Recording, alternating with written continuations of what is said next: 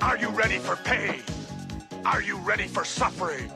If the answer is yes, then you're ready. Day 80 of being a girl. Yes. And I am with my all-time role model. This is the person that made You're me... my role model. No, You you're can't my say role that. model. No. You inspired me to start making content. And Okay. so, accept that. Yes, Okay. I accept it. This is Jeffrey Marsh. Will you accept that you're an inspiration? And I love you very much. Fine, thank you. I love you very much. I have a little gift for you. My signature. I saw little that. sunglasses. Hi. Hi. This is Jeffrey. What are your pronouns? They, them. Okay, I'm she, they. And I wanted to know, as a non-binary human, do you have any relationship to the concept of girlhood? I absolutely do. I find girlhood to be inspiring. There are a lot of human beings who are girls who transcend what their gender is supposed to be. Yes. And that to me is something I draw strength from and excitement from. Absolutely. What you inspire me, the way that you inspire me, one of the ways, is that girlhood is this ultimate expression of humanity. It's so much more than gender. Yeah. And I think what I would love is for there to be a place for, specifically for non-binary people too, because I think we can't forget that non-binary people do have that divine feminine energy, and they deserve to be a part of girlhood too. Girlhood becomes stronger when there's more of us behind it. Only certain people are allowed in, but who's allowing? That's the real question. Who is? Do you know?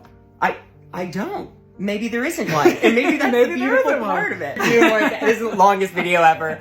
How long have your pronouns been they, them? How long have you sort of... I came out as they, them in 2013, so it has been a long time. And have you seen a distinct shift in society since? Absolutely. Yep. In a positive way? Yes. There's been a quieting of the whole argument. It's not grammatically correct. Like, that's basically quieted down quite a lot. Yes. But also, I love this newer revolution because of the pandemic, because of the last couple of years, of she, they, he, they. Feels good. And combining they with other pronouns, it's beautiful. And I hope this is the start of a lifelong friendship. What do you think, people? I love you all. Okay. Oh, we got to do my signature. Okay. Okay, ready?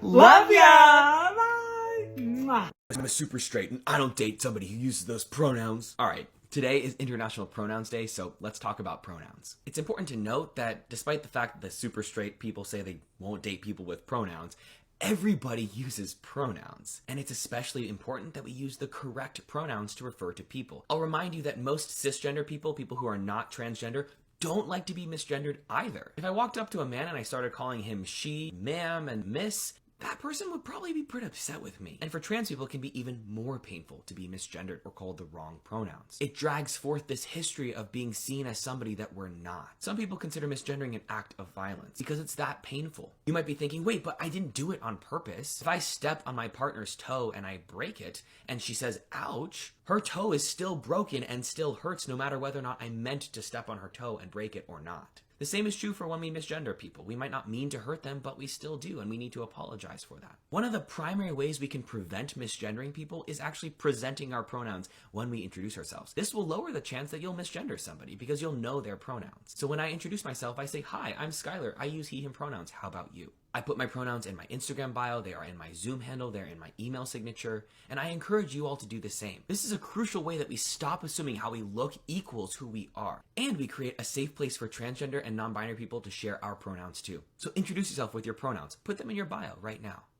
Of course, a fan of this creator, Crutches and Spice. It's excellent work. She makes excellent videos, provided the appropriate amount of humbling when I needed it, because as a special education teacher, you're like, yeah, I needed it. Particular video though, she makes a comment about the lack of community in white spaces. And it reminded me so much of this conversation with my former students that I will never forget.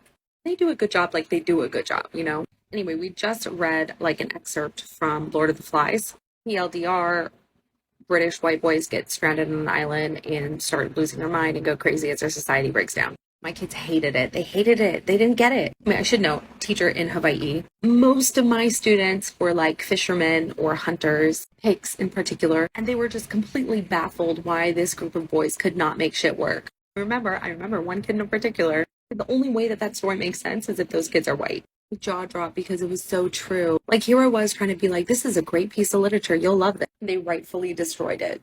Do you happen to be white and live in America, but still refer to yourself as Caucasian? Well, I'm going to explain to you why referring to yourself as Caucasian is actually really racist. But before I start, it's important to analyze where Caucasian is. Here's a map for reference.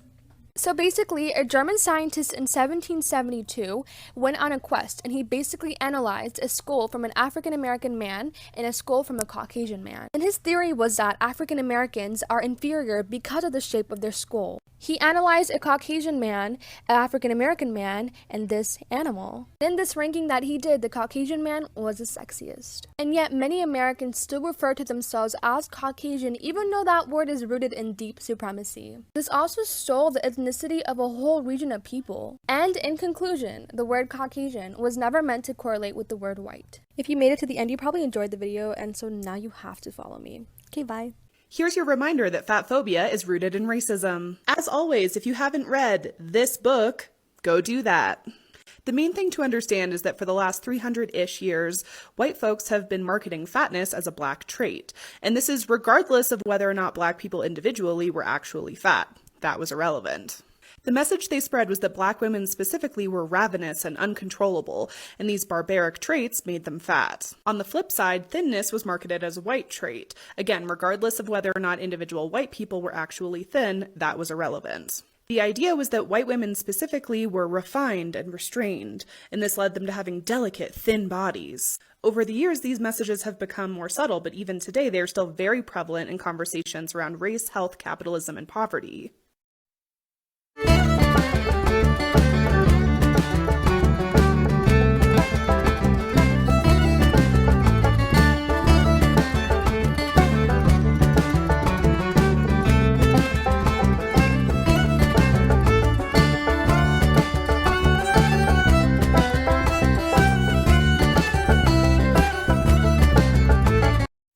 Hey, so maybe it's like the end of the wildest year of my teaching career ever.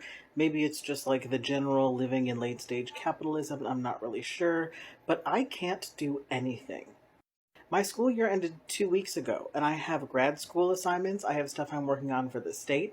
I have some stuff that I'm trying to plan with a coworker for next year. I have all sorts of things I could be doing, along with my normal summer list of like deep cleaning my house, working on some things that are fun, enjoying my hobbies, reading a book, etc. But I can't do anything. I waste every day on my phone. I can't do anything. Am I alone in this? What do I do? I feel like I am a car battery that needs a jump start, and I don't know how to jumpstart me. So, if you know how to jumpstart me, that would be great.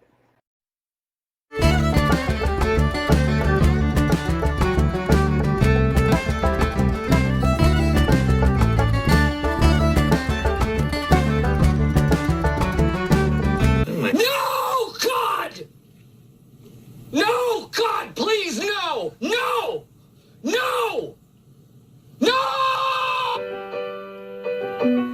So I'll give myself a name, something stupid and pretentious like Moss spelled. I can't be the only one who hears you. Tears falling down at the party. Saddest little baby in the room. I am not about to fight you. I paid $400 for a pistol. You going on a t-shirt. I'm telling you right now, I'm gonna reach for the mystery musketeer. And when I say old Toodles, your goofy ass better be like Donald and duck. Now, if you're one of those individuals who really don't understand what white privilege is, let me just clear it up for you real quick. He said if I could outrun him, he wouldn't give me a ticket. So I go, on go. On go. 3, 2, 1, go. He cheated. No ticket for Tana. Smoking it.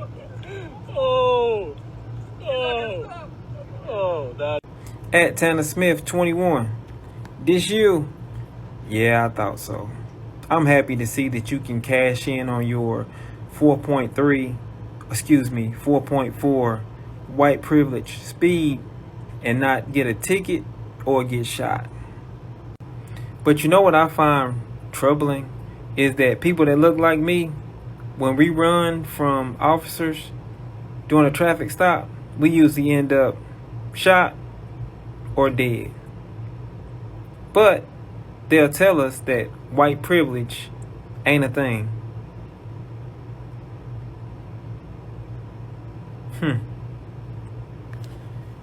Anyway, carry on.